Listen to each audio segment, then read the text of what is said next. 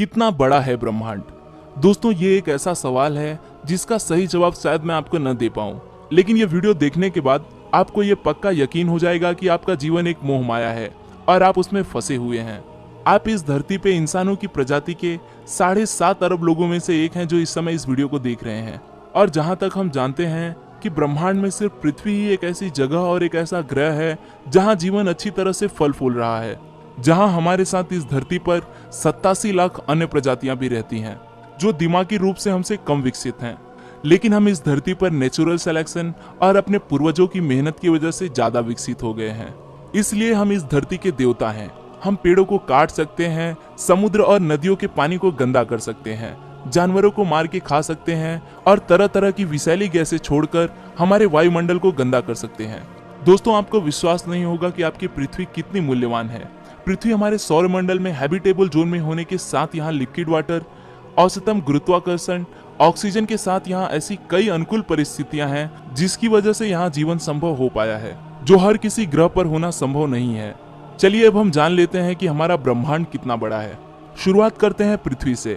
पृथ्वी हमारे सौरमंडल का तीसरा ग्रह है और इसका तारा सूर्य व्यास के आधार पर इससे 109 गुना अधिक बड़ा है।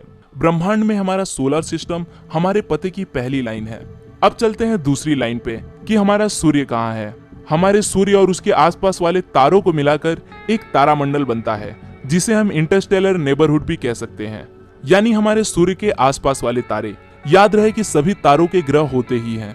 जिस तरह हमारे सूर्य के 8 ग्रह और कई चंद्रमाएं हैं, उसी तरह अन्य तारों के भी कई ग्रह और चंद्रमाएं होते हैं। लेकिन अब तक हमें स्पष्ट रूप से यह भी नहीं पता चला है कि हमारे सबसे पास वाले तारे के ग्रहों पे क्या चल रहा है। और ऐसे कई तारामंडलों को मिलाकर एक आकाशगंगा बनती है। हमारी आकाशगंगा का नाम मिल्की वे गैलेक्सी है, जिसे हम मंदाकिनी के नाम से भी जानते हैं।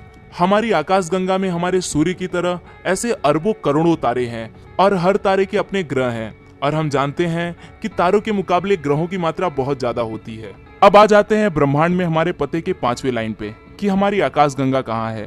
तो हमारी आकाशगंगा और उसके आसपास की कई आकाशगंगाओं को मिलाकर हमारा लोकल गैलेक्टिक ग्रुप तैयार होता है। और ऐसे कई आकाशगंगाओं के ग्रुपों को मिलाकर एक वर्गो सुपर क्लस्टर्स का निर्माण होता है। वर्गो सुपर क्लस्टर ब्रह्मांड में हमारे पते के 5वें लाइन पे है और ऐसे कई सुपर क्लस्टर्स को मिलाकर एक लोकल सुपर क्लस्टर्स का निर्माण होता है। और ऐसे कई लोकल सुपर क्लस्टर्स को मिलाकर हमारे अनंत ब्रह्मांड की रचना होती है, जिसे हम ऑब्जर्वेबल यूनिवर्स कहते हैं। इस ब्रह्मांड में कितने तारे, ग्रह, आकाशगंगाएं हैं, इन सभी को कभी नंबर्स में नहीं बयां किया जा सकता। हमें अपने इस विशाल सृष्टि का कोई अंत नहीं पता, क्योंकि हम ब्रह्मांड में एक तय सीमा तक ही देख सकते हैं। कई विशेषज्ञों और धार्मिक किताबों का मानना है कि हम जितना भी ब्रह्मांड के बारे में जानते हैं वो सब एक विशाल महासागर के बूंद के बराबर है, यानी हमारे ब्रह्मांडों के भी महाब्रह्मांड हो सकते हैं। अब दोस्तों, दूसरा सबसे बड़ा सवाल यह है कि ये सब तारे, ग्रह, मैटर, समय, ये सब चीजें अस्तित्व में कैसे आई। तो इसके पीछे महाविस्फोट यानी बिग बैंग थियरी नामक सिद्धांत है, जिसको स्टीफन हॉकिंग्स ने समझाया है। हालांकि इनके इस सिद्धांत पे पूरा विज्ञान जगत विश्वास करता है। तो चलिए हम भी इस वैज्ञानिक पे विश्वास करके इनके बिग बैंग थियरी को समझ लेते हैं। इनका मानना है कि आज से 13.8 अरब साल पहले ब्रह्मांड में कोई समय ही नहीं था। उस समय ब्रह्मांड में किसी भी मैटर का निर्माण नहीं हुआ था। पूरी सृष्टि में अंधेरा ही अंधेरा था और सब कुछ रुकी हुई थी। और एकाएक एक बिंदु से महाविस्फोट होने के बाद धीरे धीरे सारे ब्रह्मांड की उत्पत्ति हुई। मान लीजिए कि एक छोटी सी बॉल है और उस बॉल में सारी आकाशगंगाएं, समय, तारे, ग्रह, ब्रह्मांड के सभी मैटर उस बॉल में मौजूद हैं। और आज से 13.8 अरब साल पहले इस छोटी सी बॉल में महाविस्फोट होता है, जिसके चलते ब्रह्मांड में सभी मैटर का निर्माण होता है।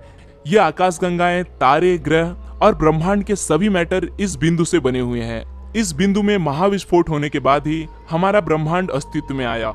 इसके साथ साथ स्टीफन हॉकिंग्स का यह भी मानना है कि भगवान ने इस ब्रह्मांड को नहीं बनाया, क्योंकि जब 13.8 अरब साल पहले ब्रह्मांड में समय ही नहीं था, तो कोई कैसे इस ब्रह्मांड को बना सकता है।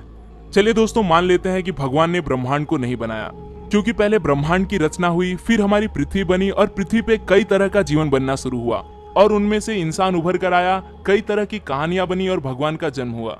और वैसे भी इस विशाल ब्रह्मांड के पैमाने पे ये मानना बिल्कुल गलत होगा कि पृथ्वी पर जन्मी किसी इंसानी प्रजाति ने ब्रह्मांड को बनाया। लेकिन जिस तरह किसी इंसान के दिमाग में कोई पॉजिटिव थॉट बैठ जाता है तो वे धीरे धीरे उस पर अमल करके अपने आप को सही कर लेता है, ठीक उसी तरह जो व्यक्ति भगवान का स्मरण करता है उसे भगवान से पॉजिटिव एनर्जी मिलती है। उससे उसका आत्मविश्वास बढ़ता है, उसे ऐसा लगता है कि उसके साथ कोई है जो उसकी रक्षा कर रहा है और भगवान से उसे पॉजिटिव एनर्जी मिलती है। अब आप उस पॉजिटिव एनर्जी का चाहे इस तरह इस्तेमाल करें, चाहे इस तरह, चाहे इस तरह, चाहे इस तरह, वो आपके ऊपर है। अब भी दोस्तों कई ऐसे सवाल हैं जिसका सही जवाब विज्ञान को भी नहीं पता, लेकिन किसी चीज से हार मान लेना, किसी चीज पे आंख बंद करके विश्वास कर लेने से ज्यादा अच्छा है कि हम सच्चाई जान सकें। आज के लिए दोस्तों बस इतना ही। वीडियो अच्छा लगा तो इसे लाइक कीजिए।